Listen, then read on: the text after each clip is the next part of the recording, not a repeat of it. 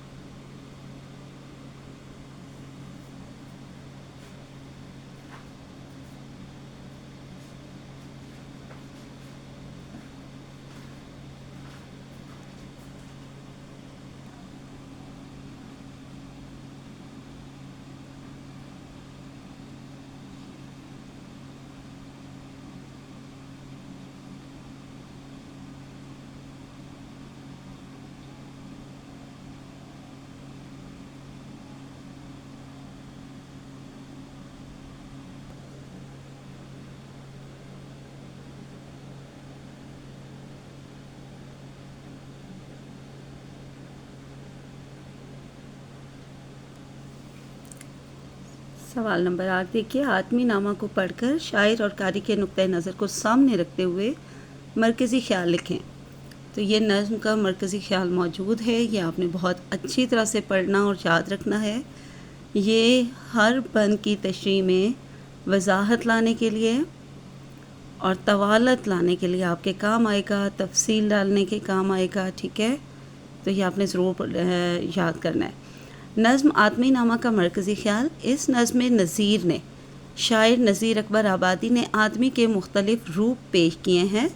اس دنیا میں بادشاہ بھی ہیں اور گداگر بھی یعنی بھکاری بھی، فرعون اور نمرود بھی ہیں۔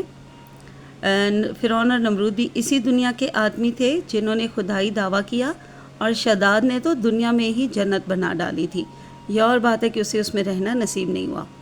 بعض لوگ بڑے نیک اور پرہیزگار ہوتے ہیں، مسجدیں بناتے ہیں، امامت کراتے ہیں، خطبے دیتے ہیں، اور بعض ان کی جوتیاں چرا لیتے ہیں۔ قربانی دینے والے، جان لینے والے، ذلیل کرنے والے بھی آدمی ہی ہیں، مرنے والے بھی آدمی ہی ہیں، اور ان مرنے والوں کی تکفین کرنے والے بھی آدمی ہی ہیں۔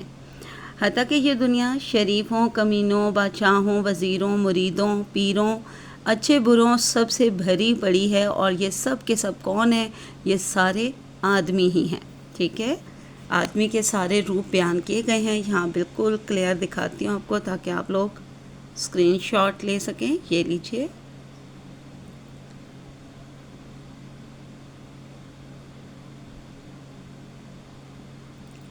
اب اس کے بعد ہے قواعد یا زبان شناسی. اس میں سوال نمبر 9 ہے، درج ذیل باہم متشابہ الفاظ کو پہچان کر انہیں جملوں میں استعمال کریں. جی تو یہ آپ کے سامنے ہے. ذلت، بے عزتی، رسوائی. ٹھیک ہے، یہ معنی ساتھ دیے جا رہے ہیں. ذلت، بے عزتی، رسوائی. اور یہ متشابہ لفظ ہے دلت. ٹھیک ہے، اوپر زبر ہے دھات پہ اور یہاں پہ تشدید ہے لام پر. دلت اس کا معنی ہوتا ہے گمراہی یا گناہ. اور جملے دونوں کے موجود ہیں. جھوٹ بولنے سے ذلت اٹھانی پڑتی ہے. اور دلت کا جملہ، دلت کے راستے سے ہمیں دانستہ بچنا چاہیے. یعنی دانستہ کا کیا معنی ہوا؟ ارادتاً. ٹھیک ہے، اپنے آپ کو بچانا چاہیے. ابد بندہ. اور دوسرا ابد اس کا معنی ہے دوام یا ہمیش کی. ٹھیک ہے، عبد الرحمن میرا بہت اچھا دوست ہے. یہ ابد کا بنایا گیا ہے اور ایک اور ساتھ میں نے خود بھی بنا دیا. ابد کچھ نہیں، سب اللہ کا کرم ہے. اور ابد کا اللہ تعالیٰ کی ذات ازل سے ابد تک ہے. اگلا دیکھیے، ہجر اس کا معنی جدائی اور حجر اس کا مطلب پتھر. ہجر کی رات طویل تر ہوتی ہے. حجر اسود خانہ کعبہ میں ہے. اب بعد، بے الف با دال بعد، یہ ہوا اس کا معنی. اور بے عین دال بعد کا مطلب بعد میں، پیچھے کا دور یا قبل کی ضد بھی ہے یہ. ٹھیک ہے، یہ دوسرا معنی میں نے لکھا ہے.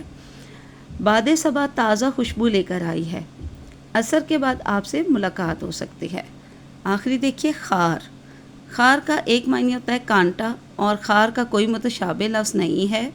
دوسرا معنی ہوتا ہے حسد یا شک.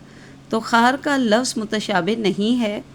ہاں البتہ اسے ذو معنی کہا جا سکتا ہے کیونکہ دو بالکل مختلف معنی رکھنے والا یہ لفظ ہے جو کہ اپنی اپنی جگہ بھی با معنی الفاظ ہیں.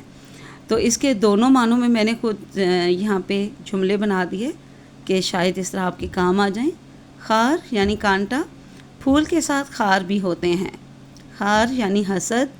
ہمیں اپنے دل میں کسی کے لیے خار نہیں رکھنا چاہیے. تو چلیے جی، بالکل کلیئر آپ کے سامنے کرتے ہیں. آپ ان کا اسکرین شاٹ لے لیں. اور آج کے لیے اتنا کافی ہے. اللہ حافظ اینڈ فی امان اللہ.